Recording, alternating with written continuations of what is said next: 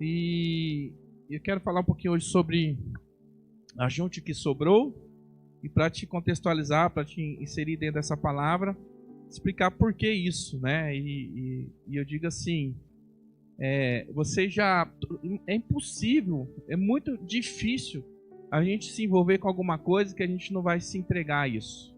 Que num relacionamento, por exemplo, você entra num relacionamento, por mais que você entra com reservas porque você quer se preservar, à medida com que você vai se envolvendo, se você quer avançar naquilo, você vai ter que se entregar. Se você entra numa empresa e você não está disposto a se dedicar, você não vai evoluir, você não vai crescer. Mas se você quiser realmente prosperar em alguma coisa, você vai ter que se entregar. Um ministério, na igreja, qualquer coisa, a gente vai ter que dar de nós. Então é impossível você fazer alguma coisa com qualidade sem você se entregar. E qual que é a questão? A questão é que quando a gente se entrega, a gente está dando de nós mesmos. E a gente está abrindo mão de quem nós somos, daquilo que nós aprendemos, do nosso tempo, da nossa vida, para investir, para dedicar a alguma coisa, a alguém ou a algum lugar. E isso, então, em algum momento pode gerar uma dificuldade nossa. E isso você pode sentir isso na maternidade, no matrimônio, no ministério, que é que você está entregando demais e não está tendo para você mesmo se manter. Então você está se sentindo esgotado, é um esgotamento físico, mental, espiritual. Então é algo que acontece com todos nós, né? E muitas pessoas elas não suportam esse processo e acabam desistindo, comprometendo muita coisa na sua vida. Por isso que eu creio que essa mensagem ela é importante para nós hoje, para a gente não perder a melhor parte, tá bom? Para a gente não perder a melhor parte. Então o ditado que diz assim, ditado popular, não jogue a água suja com a criança. Quem já ouviu, né? Então você vai dar banho numa criança que está suja ali, né? Que fez um cocôzinho, sujou a água. Então você não vai pegar aquela bacia e jogar com a criança. Você vai jogar o que? A água suja, mas preserva a criança. Que a gente possa não abrir mão de coisas importantes que Deus tem para nós por conta desse desgaste, dessa falta que sentimos. Então é baseado nesse contexto. Eu quero ler uma palavra com você que está lá no Evangelho de João, capítulo 6. E nós vamos, através de uma atitude de Jesus, aplicar essa palavra também na nossa vida. Você está se sentindo cansado, esgotado, você está sentindo que você não consegue entregar mais nada, que você se dedicou muito a alguma coisa e você acha que não vale a pena porque não sobrou mais nada, você só ficou os pedaços, não está mais inteiro. Então, talvez isso possa servir. Capítulo 6, versículo 11 até o 13 do Evangelho de João, capítulo 6. Diz assim: Então Jesus tomou os pães, deu graças e os repartiu entre os que estavam assentados, tanto quanto queriam, e fez o mesmo com os peixes. Depois de todos receberem o suficiente para comer, disse aos seus discípulos: ajuntem os pedaços que sobraram, que nada seja desperdiçado. Então eles os ajuntaram e encheram 12 cestos com os pedaços dos 5 pães de cevada deixados por aqueles que tinham comido. Amém? Então aqui Jesus ele opera um milagre. Qual que é o milagre? Ele pega uma porção de 5 pães e 2 peixes e alimenta a multidão de 5.000 homens, fora mulheres e crianças. Então imagina lá, quase 10.000 pessoas ou mais que isso, são alimentadas com aquela porção que Jesus multiplicou. Então é algo poderoso. Só que o interessante é que ele pede para que recolhesse o que sobrou. Por que ele fez isso? Que não desperdiçasse nada. E ele entregou o suficiente para que todos se saciassem. Mas ele pediu para recolher o que sobrou. E aqui a gente começa a você pensar algo. Irmão, nós devemos entregar tudo, amém? Mas não desistir daquilo que sobrou. Mesmo que seja pouco, mesmo que seja resto. Dedique tudo, faça com intensidade, se entregue totalmente, mas não deixe nada se perder depois que você entregou. Então é baseado nisso que nós vamos compartilhar. Lembrando, não sei se você lembra desse evento ou sabe disso, que Jesus ele faz 2 multiplicações. Existem 2 milagres que Jesus vai realizar de multiplicação de pães, né? Que ele vai pegar 5 pães e 2 peixes e vai alimentar 5.000 homens e sobra quanto? 12 cestos. Agora vai ter o outro evento depois disso, que está lá em Mateus 15, Marcos também vai dizer, que ele pega 7 pães e alguns peixes e ele vai multiplicar e ele vai alimentar não 5.000, mas 4.000 pessoas. E dos que sobram, não 12, mas 7 cestos. Né? Interessante se a gente fosse analisar por que 2 multiplicações e por que isso. Né? Se perguntando, você vai ver uma semelhança muito grande entre os 2 milagres. A diferença é a quantidade de pães que multiplicou e a quantidade de cestos de pães que sobraram. A gente não consegue chegar muito a nenhuma conclusão, porque essa diferença, será que tem algum propósito? Mas a gente entende que cada multiplicação aconteceu num lugar diferente. A primeira multiplicação acontece no território de Jerusalém, a segunda multiplicação acontece no território dos gentios. Então, Jesus ele multiplica pão em Jerusalém, ele multiplica pão em Magdala. Ou seja, tanto para aqueles que são seus, tanto para aqueles que não são seus, os judeus, ele sustenta e alimenta e ele toca também. É a única coisa que a gente pode pensar assim, por que das 2 multiplicações, se a gente for trazer uma aplicação. Mas, nas 2 situações, ele pega aquela quantidade que foi colocada na mão dele, ele ora ali, apresenta ao Senhor, e ele distribui aos discípulos, ele dá na mão dos discípulos, e os discípulos, à medida com que vão distribuindo, a coisa vai multiplicando. É óbvio, porque não consegue imaginar, como é que a gente vai imaginar que 12 homens conseguiriam carregar a quantidade de pães e peixes que alimentaria 10.000 pessoas? Então, nós entendemos que a multiplicação acontece à medida com que vai se distribuindo. Assim, nós cremos que à medida com que nós vamos entregando, Deus ele vai o quê? Multiplicando. Amém? Então, o pastor ministrou aqui sobre oferta, que Jacó plantou e Deus fez render e multiplicar 10 vezes mais. Então, só se multiplica daquilo que a gente planta, daquilo que semeia. Então, vamos começar a entender como que a gente pode aplicar essa ideia de que Jesus, então, ele pede para recolher o que sobrou.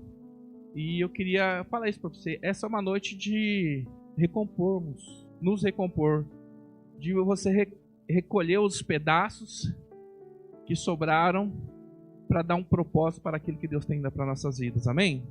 Para dar um destino. Porque se não fosse importante, esse lance de recolher não estaria registrado. Por que esse detalhe que todos os textos que vão falar da multiplicação das 2 vai falar que Jesus pediu para recolher o que sobrou, tá?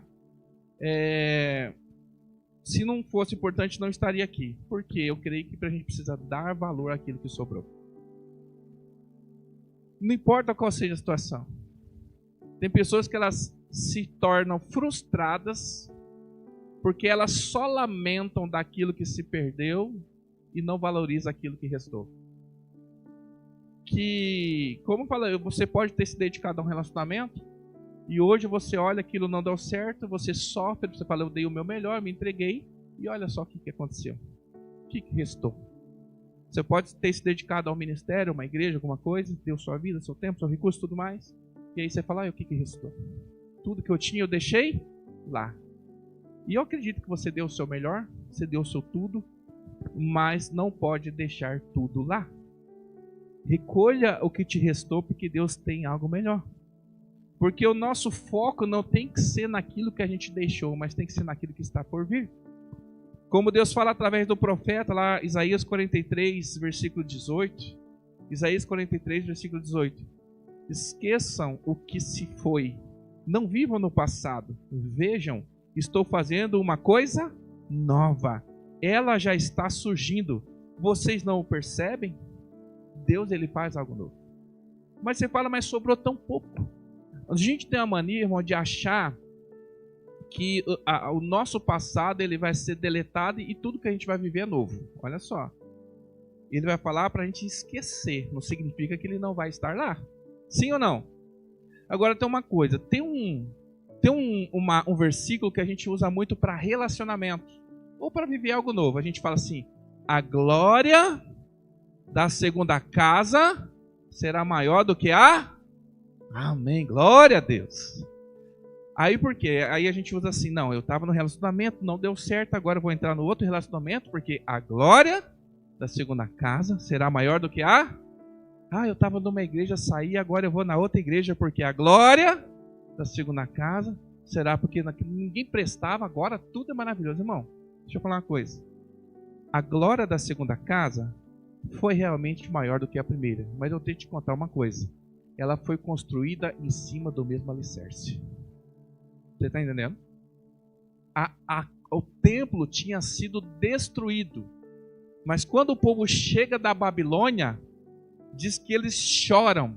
Os velhos choram e os novos celebram. Os velhos que tinham visto o templo erguido choram lamentando porque ele foi destruído. Mas os novos que nunca tinham visto, nasceram na Babilônia, eles se alegram porque pela primeira vez eles estão conhecendo a terra sagrada. Mas diz o texto lá, que eles viram o quê? As ruínas do templo. E a restauração do templo foi estabelecida exatamente em cima do mesmo alicerce. E qual é a aplicação disso? A aplicação que eu saí de um relacionamento e vou entrar no novo, mas o alicerce é o mesmo. E aí?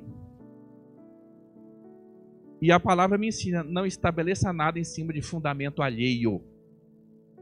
Aí eu entro no relacionamento com os mesmos alicerces, com as mesmas vícios, com os mesmos traumas. Eu fui traído no outro relacionamento e eu trago o medo de ser traído para esse novo relacionamento. Estou querendo estabelecer algo novo em cima de um alicerce antigo. Como que a glória vai ser melhor? Era um lugar santo que foi destruído e Deus estabeleceu um lugar santo. Agora nós construímos as coisas segundo a nossa maneira. Aí agora achamos que vai ser tudo novo. Não, o alicerce é o mesmo. Então,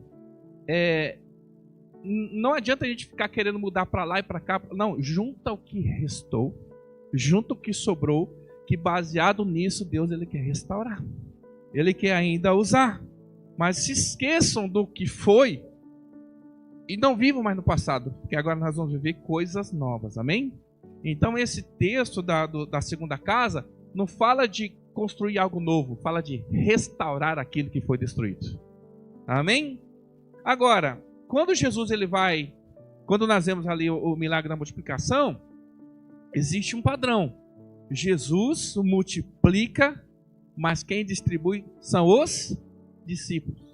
Ele pega lá daquele menino, que diz um texto, que diz que era um menino que tinha e a gente fala que é a marmitinha dele e tudo mais, né? Aí Jesus pega aquilo que tinha ali na primeira multiplicação, diz que ele agradece ao Pai e ele distribui aos discípulos. Lá em Mateus capítulo 15, versículo 36, vai estar dizendo isso. Mateus 15, 36. Que Jesus ele não distribui para a multidão, ele entrega aos discípulos e os discípulos distribuem para a multidão. Diz assim, Mateus 15, 36. Depois de tomar, essa segunda, os 7 pães e os peixes e dar graças, partiu-os e o quê? Entregou aos discípulos e os distribuiu à multidão. Nós não somos capazes de multiplicar nada, por isso que antes da gente fazer, tem que passar nas mãos de Deus. Amém? Qual que é o... domingo passado eu falei de dízimo, né? Os irmãos ficaram decepcionados. Eu ia até fazer um tema misterioso, mas aí falei, melhor não, né? Mas a ideia do recurso, e isso não é do dízimo, da primícia, é que a primícia, ela é uma oferta que ela abençoa e ela consagra todo o restante que vai vir a partir dali. É como se fosse uma dedicação, que diz assim: se a primícia é santa, toda a colheita será santa. Então tudo, irmão, que nós fazemos ou vamos fazer, a gente primeiro apresenta nas mãos de quem? Do Senhor. Nós tudo consagramos a Ele e a partir daqui Ele vai abençoar, Ele vai multiplicar, Ele vai fazer. Então, eu e você somos muito limitados. Nós somos incapazes de fazer muitas coisas e capazes de fazer muitas outras coisas. Mas às vezes a gente se sente incapaz de ser pai, às vezes a gente se sente incapaz de ser mãe, às vezes a gente se sente incapaz de ser um bom profissional, às vezes a gente se sente incapaz de ser um bom ministro naquilo que nós somos chamados. Mas Deus é aquele que nos capacita, amém? Ele capacita a quem Ele chama. Então qualquer coisa que você vai fazer, a gente primeiro entrega ao Senhor, Ele multiplica, Ele abençoa, depois Ele devolve para a gente executar aquilo. Agora, a escolha de distribuir é nossa. Tem coisas que Deus te entregou e você distribui. Tem coisas que Deus te entregou e você retém. Amém ou não amém? Agora, é uma escolha minha e sua entregar aquilo que Deus colocou na nossa mão. Deus te deu um dom? É para você? Irmão, nenhum fruto é para a árvore. Sabia disso? Toda árvore frutífera que produz, ela não consome do seu próprio fruto. E a Bíblia me ensina que o dom é para a edificação da igreja. Por isso que é muito comum você ver alguém que é usado por Deus em cura e essa pessoa ficar enferma e não ser curada por ela mesma. A não ser que venha outro e ore e ela seja o quê? Curada. Porque essa é a dinâmica do reino. O que Deus me entrega, o que Deus me dá é para eu distribuir. Por isso que quando a gente vive num período onde as pessoas se tornaram egoístas e avarentas, isso é anticristo. Por quê? Porque Deus nos fez para distribuir, não para reter. Então, tudo que Deus dá para você, que Ele está multiplicando, não é para você, é para você distribuir. Se Deus está te dando saúde, você tem que fazer o que com a sua saúde? Dedicar-se, entregar ao Senhor. Se o Senhor está te dando talento, dom, não importa o que seja, nós devemos escolher se nós entregamos ou não entregamos para Ele. Então, Jesus Ele consagrou, entregou aos discípulos, e os discípulos o quê? Distribuíram. Você também recebeu de Deus e você se deu, você se entregou completamente, se dedicou e talvez se desgastou ao extremo. E só nessa dinâmica do entregar, Jesus Ele se entregou totalmente. Lá em João capítulo 10, versículo 17, o próprio Jesus Ele diz assim: por isso é que meu Pai me ama, porque eu dou a minha vida para retomá-la. Ninguém tira de mim, mas eu a dou por minha espontânea vontade.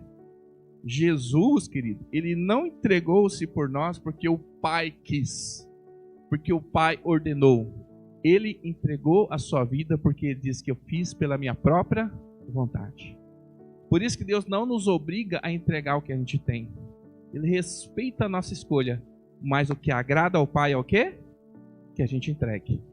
Foi Jesus que disse: por isso é que meu Pai me ama, porque eu dou a minha vida. Eu não vou dizer que Deus não nos ama quando a gente não entrega, mas compromete muito esse relacionamento quando Ele me abençoa abundantemente e eu retenho. E eu não estou falando de dinheiro, eu estou falando da minha vida. Jesus Ele se entrega completamente na cruz, Ele se expõe completamente, mas quando eu tenho que entregar a minha vida, eu entrego em partes, eu retenho. Mas o Senhor quer por completo, amém? E a história que nós temos da multiplicação dos pães é que os discípulos, eles entregaram tudo. Tudo que Jesus colocou na mão deles, eles distribuíram. E aquilo que foi distribuído saciou a fome daqueles que receberam. Glória a Deus por isso. Porque o texto diz que todos se fartaram. Diz que foi o suficiente para todos comerem. Glória a Deus por isso. Irmãos, a nossa vida é para ser entregue para alguém, ou por algum propósito. E eu gosto muito dessa ilustração. Sempre quando eu vou dar aula de missões, eu uso a ilustração de Lucas capítulo 10. Quando Jesus ele vai enviar os seus discípulos, que ele diz a eles o seguinte: eu vos envio como ovelhas no meio de lobos. Então a atitude de Jesus de falar assim: eu vos envio como ovelha no meio de lobos, demonstra para mim que Jesus está dizendo que essas ovelhas vão alimentar quem? Os lobos. Porque como é que fala? Tem uma ordem como é que um bicho come o outro? Como é que é o nome disso aí? Cadeia alimentar. Na cadeia alimentar, quem come a ovelha é o lobo, não a ovelha come o lobo. Então quando Jesus ele fala assim, vocês vão como ovelha no meio de lobos, não é assim, vocês vão dominar o mundo e vão arrebentar e vão gerar e vão subjugar. Não. Vocês vão se entregar totalmente, vocês serão devorados porque nós estamos saindo para saciar a fome deles. E essa é a ideia que Jesus fala dele mesmo. Eu sou o pão da vida. Quem comer de mim jamais terá fome. Eu sou a água da vida. Quem beber de mim jamais terá. Então a nossa vida, irmão, foi gerada para a gente suprir, saciar a necessidade dos outros. É lógico que se diz quando você vai aconselhar casal que ninguém casa para ser feliz, mas a gente casa para fazer o outro feliz. E o casal só será feliz se essa dinâmica for o quê? Recíproca. Porque se um casa na intenção de fazer o outro feliz e o outro casa na intenção de ser feliz, alguém vai ser feliz e alguém vai ser muito infeliz, porque ele só entrega, mas não recebe nada. Agora, se ambos entenderem essa missão, os dois serão felizes para sempre. Amém?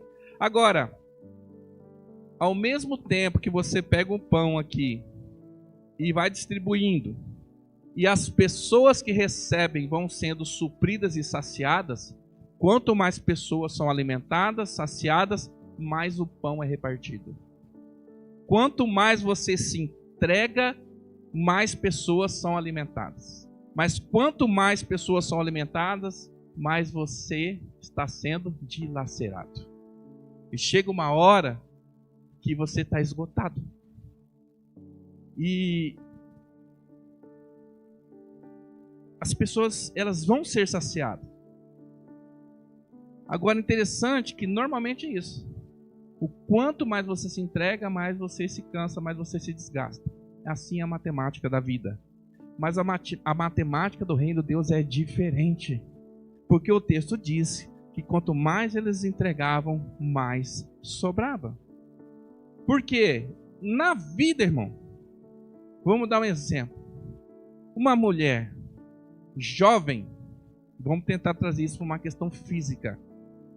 A tendência natural da vida da mulher e do homem, que você vai se dedicar a alguma coisa, você vai gerar filho, você vai amamentar filho, você vai gastar. Então a gente vai envelhecendo.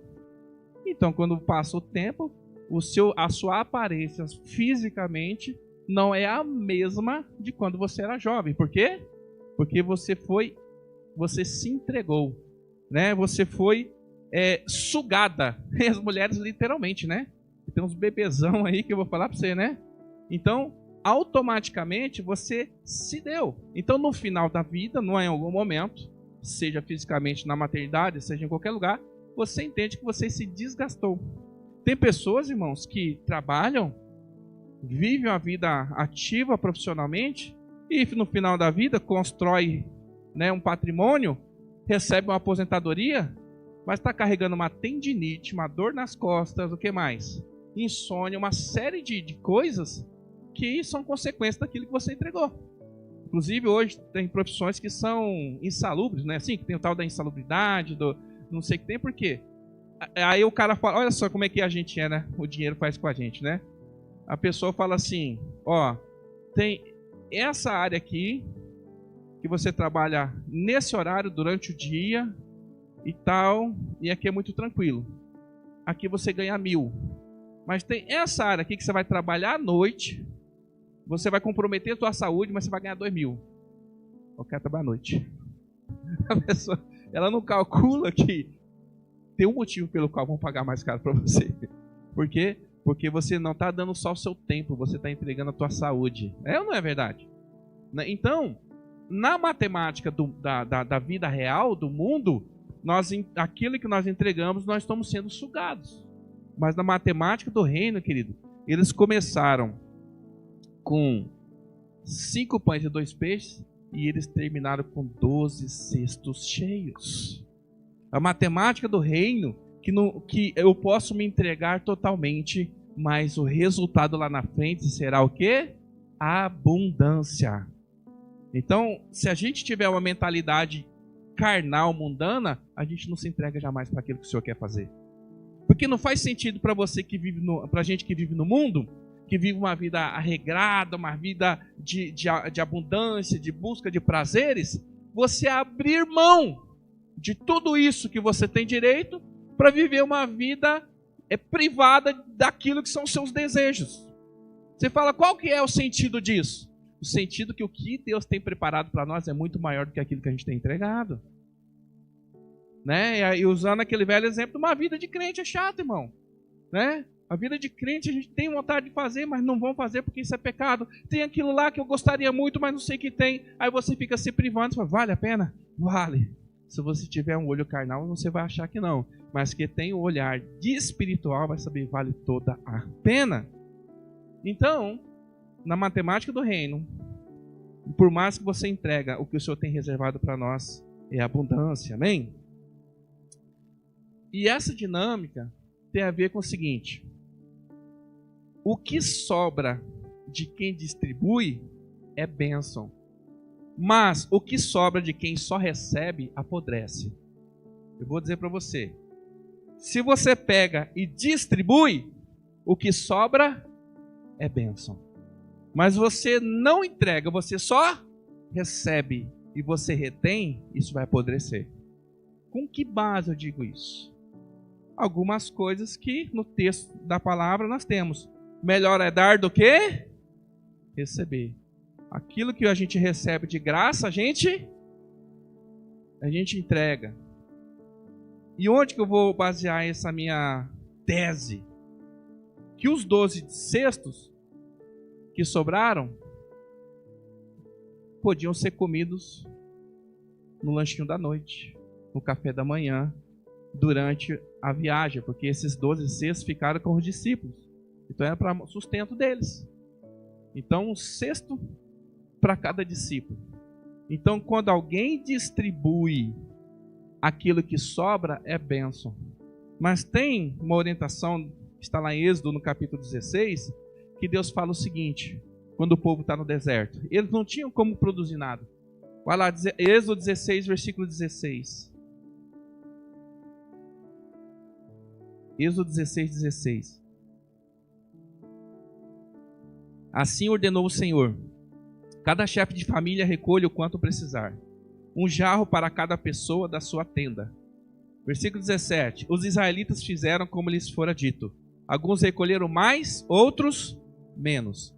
Quando mediram com o jarro, que tinha recolhido muito, não teve demais, e não faltou o que tinha recolhido pouco. Cada um recolheu tanto quanto precisava. Ninguém deve guardar nada para a manhã seguinte, ordenou-lhes Moisés. Todavia, alguns deles não deram atenção a Moisés e guardaram um pouco até a manhã seguinte. Mas aquilo criou bicho e começou a cheirar mal. Por isso Moisés irou-se contra eles. Cada manhã todos recolhiam o quanto precisavam, pois quando o sol esquentava, aquilo se derretia. Olha só, aqui a gente entende porque algumas pessoas prosperam mais. E eu não estou falando só em recursos, só em dinheiro, mas eu estou falando em tudo na vida, em tempo, em saúde, em relacionamento, porque elas entregam aquilo que elas receberam. Elas dedicam, elas devolvem ao Senhor e aquilo se torna bênção. Mas aquele que só recebe, o que sobra apodrece. E as duas coisas falam do pão que desceu do céu. Porque o pão que Jesus multiplicou, ele levanta, dá graças e entrega. O maná desceu do céu e é entregue. Você está entendendo? Então, queridos, se Deus está te entregando, não acumule, distribua. Deus te deu um chamado, te deu um dom, né? Não retenha, distribua. Agora vamos ao assunto aqui da nossa palavra. Jesus ele fala: junte os pedaços. Sabe por que eu acredito um dos motivos pelo qual Jesus pediu para recolher o que sobrava? Porque poderia ser exatamente a quantidade. Quando o último foi servido, acabou. Mas Deus é que tem seus propósitos. Porque é o seguinte, o texto que nós lemos diz que eles se fartaram. E sabe por que eu creio que Jesus mandou recolher? Porque ninguém valoriza o alimento quando está de barriga cheia. Ninguém valoriza o alimento que está de barriga cheia. Provérbios fala assim, 27:7. Provérbios 27:7. Quem está satisfeito despreza o mel, mas para quem tem fome até o amargo é doce. Então, por mais que Jesus tenha multiplicado além do que eles precisassem, aquilo que sobrou na mão de quem está farto ia virar lixo. Por isso que eu creio que para quem não está acostumado a distribuir, Deus só vai liberar o necessário. Você está entendendo? Para quem não tem costume e não entendeu o quão importante é você distribuir aquilo que Deus coloca na sua mão, Deus só vai entregar o necessário. Porque senão apodrece. E eu não estou falando de dinheiro. Agora, é igual ao evangelho. Imagina uma coisa, se tem pessoas que rejeitam a Deus porque estão cheias de si mesmo, imagina eu e você. Imagina que pessoas vão rejeitar a Deus, que é o Deus de toda a terra, o Salvador do mundo, o Criador de todas as coisas, porque elas estão fartas em si mesmas. Elas desprezam a preciosidade do Evangelho da salvação, porque elas estão cheias de si. Imagina quanto vão desprezar a mim e a você também. Então, isso na prática é o seguinte: entregue tudo e o máximo que você tem. Mas quando você perceber que as pessoas estão fartas, recolha os restos. Porque o que sobra vai virar lixo na mão delas. Você está entendendo? Então por isso que ele fala, junte os pedaços. E quando eu entrego tudo e não recolho nada de volta, é o meu fim. Então às vezes a pessoa no relacionamento fala assim, mas eu me dei tudo. Eu dei tudo de mim, eu me entreguei totalmente, agora eu não sei o que eu faço na minha vida. É, você se entregou totalmente, mas você não recolheu nada? Mas não, então você ficou lá. Fica difícil. Por isso que a palavra é recomponha-se. Mas o que é esses pedaços? É o que sobrou aí, ó. É isso aí. É o que você acha que não sobrou para fazer mais nada. Mas eu quero dizer para você, os restos também alimentam. Sabia disso? Me diga aí na Bíblia quem é que viveu de restos. Lembra de alguém que viveu de restos? Tinha uma mulher, moabita, que casou com alguém que era próspero. Mas por causa da fome eles foram embora. O marido morreu. E ela volta para a terra da sogra. E elas não têm nada. Mas a sogra fala o seguinte: vai na lavoura, espera os trabalhadores colherem. Do que sobrar, você vai colher. E aí, olha a humilhação. Como é difícil recomeçar a vida, né? Como é difícil depois da gente se entregar totalmente para alguma coisa, aquilo não dá certo, a gente retomar de novo. Junte os restos. Vai ferir o teu orgulho, mas junte os restos. Ruth, lá no capítulo 2, versículo 3, o texto diz assim: então ela foi e começou a recolher espigas atrás dos ceifeiros. Por acaso, né? Ela entrou ali na plantação de Boaz, que não foi por acaso. Ela foi humilde, porque ela não só se sustentava, mas ela sustentava a sogra também. Porque, e eu preciso ler isso aqui, não tenha vergonha de viver das sobras durante o processo de restauração, pois as sobras também são as obras de misericórdia de Deus. Aí você fala assim, esse Boaz é bonzinho, né? Que homem bom. Porque ele fala, aí quando os agricultores, os servos foram lá e falaram, Boaz, tem uma moça colhendo lá na eira.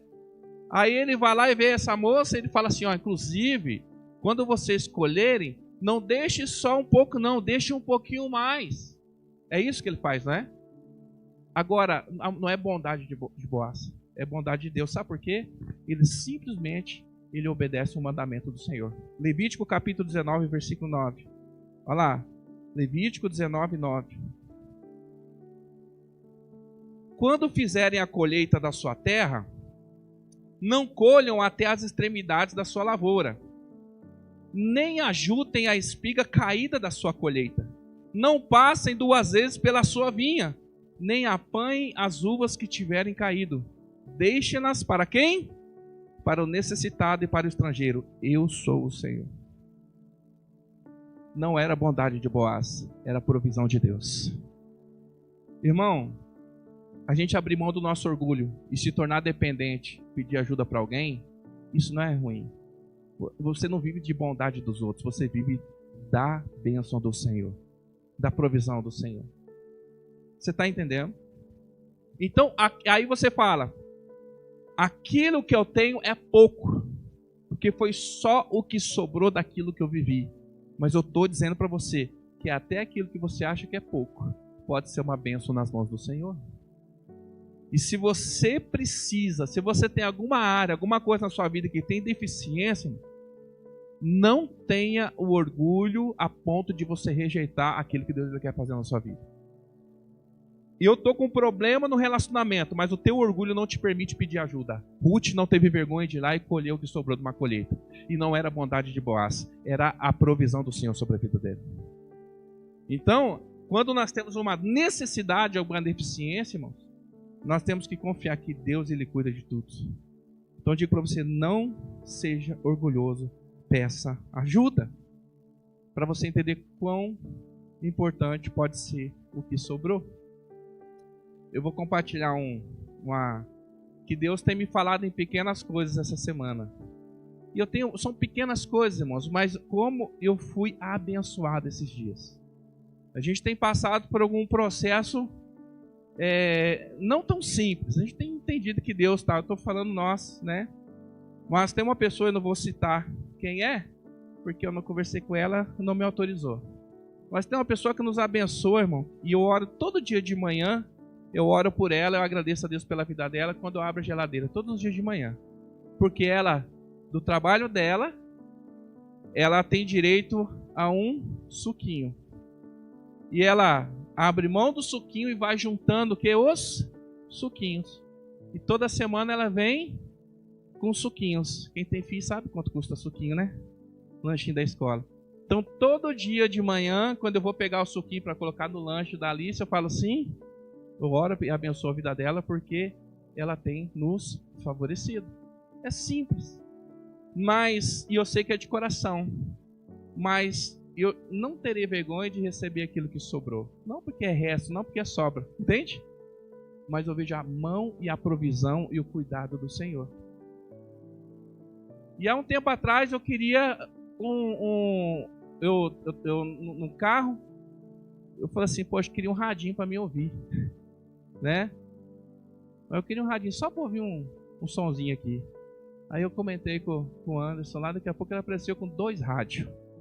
Eu falei, beleza, né? Me deu um rádio, né? Agora, eu não sei como é que tá a situação do som do carro, né? Se tem que gastar com alguma coisa, ele só plugou lá, o rádio funcionou. Aí eu ouvi no rádio, irmão. E o rádio tem DVD, varão. Tem até DVD, eu só não tenho DVD para colocar. Uma coisa simples, que estava guardada no sótão, né? Você fala, sobrou? Não, é que o serviço que eu fazia que sobrou. Mas como eu vi a mão de Deus quando Ele se importa com os pequenos detalhes que são importantes para nós. Aí para fechar a semana, ou para começar a semana, eu fui lavar o carro. Eu joguei água no carro. Aí quando eu fui no tapete, todo sujo. E eu não tenho aspirador de pó. Não é meu carro, é o carro dela. Eu falei, poxa vida, eu preciso lavar o carro. Daí eu pensei, vou passar no posto e vou colocar na máquina. Irmão, eu não tinha R$2 para botar na máquina. Aí na segunda-feira, cadê ele? Na segunda-feira, né? Aí vem nosso irmão vem visitar aqui a igreja e tal. Ele tem um lava rápido, não me conhece. Aí mandou uma mensagem, pastor, Deus tocou no meu coração para te dar uma lavagem no seu carro. Até compartilhei, né, com você. Você fala, gente, são coisas tão pequenas, são coisas tão simples que na escala de prioridades são coisas supérfluas, não é? Imagina, Rafa, por que você está chateado? Porque eu queria lavar meu carro, né? Não, você se suporta. Por que você está chateado? Por conta, não precisa levar suquinho, leva água. Porque você está chateado, tem um rádio para ouvir, canta, né? São coisas que a gente vai viver sem. Mas Deus se importa com os pequenos detalhes. Porque Ele cuida, Ele conhece. Então, enquanto... Aí você fala, pastor, mas a Bíblia não fala que não vi nenhum filho teu, servo teu, mendigar Não é mendigar. É processos onde nós dependemos de Deus. A nossa dificuldade de passar por privações é que a gente quer ter o controle todo o tempo. Quando a gente perde o controle, a gente não sabe o que faz. Da mesma maneira, irmãos, que tem pessoas que quando ela está mal, ela procura Deus. Quando as coisas melhoram, ela some. Existem pessoas que quando as coisas estão bem, ela está na igreja. Quando a coisa fica mal, ela... Por quê? Porque ela não sabe depender de Deus. Ela não sabe confiar em Deus. Eu só confio quando eu tenho. Mas vai ter momento que Deus ele vai fazer você depender dele totalmente. Vai ter momento de poço. Porque quando você está no poço, igual José, né? Ficou no poço. Quando você está no poço, não tem para onde olhar. Só para cima. Porque enquanto você tiver alguém para você pedir dinheiro, enquanto você tiver alguém para você procurar ajuda, você ainda vai. E você ignora que existe Deus. Mas quando não tiver ninguém para recorrer, aí você vai falar assim, Senhor, só me sobrou a Ti. Então, os restos, o que sobrou que talvez eu e você ache que é tão pouco, é muito valioso para alguém. Amém? Então o que sobrou, irmão, vai render mais do que foi entregue. Você crê nisso? Então uma porção que cabia na mão de um homem se tornou em 12 cestos cheios. E vou dizer para você, para concluir, mesmo que você esteja cansado, mesmo que você tenha pecado, mesmo que você tenha caído, mesmo que você tenha ferido, eu digo para você, junte as suas forças, se coloque de pé, porque Deus ele quer te usar. Junte tudo que você tem, pegue todos os seus pedaços que ficaram por aí, recolha tudo isso, que nas mãos do Senhor vai ter utilidade. E eu vou ler o último texto que está lá em Juízes capítulo 16, de um homem que foi chamado por Deus, ele recebeu um dom especial por Deus, ele cresceu debaixo de um voto com Deus, mas em determinado momento ele amou mais o mundo e ele passou a viver as coisas do mundo. Ele passou a viver tudo aquilo que era contrário à vontade de Deus. E ele perdeu tudo aquilo que Deus tinha dado a ele. Juízes capítulo 16, versículo 27. E esse homem é Sansão. E Sansão, então, ele foi pego, ele foi preso, ele foi humilhado, furaram os olhos dele, cortaram o cabelo dele, ele virou motivo de chacota na terra do inimigo. E ele está nessa situação. Juízes 16, 27. Homens e mulheres lotaram o templo. Todos os líderes dos filisteus estavam presentes. E no alto, na galeria, havia cerca de 3.000 homens e mulheres vendo Sansão que os divertia. Olha só, que templo era esse, irmão? Era o templo que blasfemava contra Deus. No templo do inimigo, na sede do inferno, estava um servo de Deus que não fez aquilo que Deus queria. E ele é motivo de chacota, que divertia o inimigo. Imagina quantos filhos de Deus, chamados para coisas tremendas, irmão, serve de entretenimento para o Satanás, para o inferno. Quantos crentes, irmãos, estão aí se vendendo no mundo, se entretendo o inferno, porque estão fora da vontade de Deus. Mas você acha que está tudo perdido? Não. Ele juntou o que ele tinha ainda. Versículo 28. E Sansão orou ao Senhor. Ó soberano Senhor, lembra-te de mim. Ó Deus, eu te suplico, dá-me forças mais uma vez e faze com que eu me vingue dos filisteus por causa dos meus 2 olhos. Então Sansão forçou as 2 colunas centrais sobre as quais o templo se firmava, apoiando-se nelas, tendo a mão direita numa coluna e a esquerda na outra, disse: que eu morra com os filisteus. Então ele as empurrou com toda a força, e o templo desabou sobre os líderes e sobre todo o povo que ali estava. Assim, na sua morte, Sansão matou mais homens do que em toda a sua vida. E olha que ele matou muita gente. Fala que só na galeria tinha 3.000 pessoas. Agora, o que isso tem a ver conosco? Ele pegou as últimas forças, aquilo que lhe sobrou, e ele fez mais na sua morte do que na sua vida inteira. Então, talvez, a gente anda tão cansado, exausto, que a gente acha que a gente não consegue mais retomar a partir daqui. Talvez a gente está no momento, não importa qual seja a área, que a gente tenta, explanar isso, seja emocional, seja ministerial, seja profissional, que você fala assim, chegou o limite. Eu já entreguei, eu já fiz o que podia e agora eu vou parar. No caso de Sansão, ele era preso, cego, humilhado. Mas ele juntou as suas forças, as que restavam. Ele falou, Deus, me dá mais uma chance.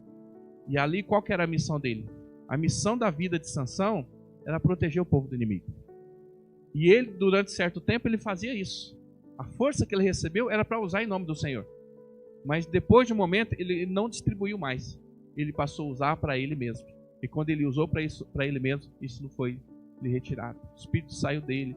A bênção foi perdida. Mas quando ele se decidiu a ser instrumento nas mãos do Senhor novamente, as forças voltaram e o propósito dele foi concluído. Por mais que ele tenha morrido jovem, aquilo pelo qual ele foi chamado, ele cumpriu na sua morte. Então, qual que é a minha oração? Por mais que você tenha realizado e feito e vivido, eu declaro essa palavra sobre a tua vida, que você vai fazer mais daqui para frente do que você já fez até aqui. Mas precisa colocar isso nas mãos do Senhor. Então, quando Jesus ele manda ali recolher o que tinha sobrado, querido, porque aqueles 12 cestos ainda tinha propósito. Ainda tinha muita gente para alimentar, ainda tinha muito pão para multiplicar. Então, por mais que você esteja esgotado, por mais que você ache que não dá para mais além daqui, o Senhor está dizendo para você, junte o que sobrou. Agora, não entregue isso na mão de quem está farto. E a gente tem que ter uma sabedoria e discernimento. Irmão. Tem pessoas que não merecem a tua entrega. Tem pessoas que não estão prontas para receber aquilo que você tem que entregar. Então, não entregue para quem está farto. Amém? E Jesus ele lidava assim com muitas pessoas que queriam seguir ele. Porque aqueles que estavam famintos, aqueles que estavam necessitados, os pobres, eles não recebiam. Mas aqueles que estavam fartos e abastados, esses o rejeitavam. Então, essa tem que ser a nossa atitude também. Procure quem tem necessidade. O próprio texto lá, quando o profeta ele orienta aquela viúva, para que os filhos estavam sendo levados escravos, que ele fala para juntar vasilhas, e ele, à medida com que ela ia colocando o azeite nas vasilhas, o azeite ia se multiplicando, ele diz assim, pegue o que está cheio, coloque de lado, e aí você vai encher o vazio.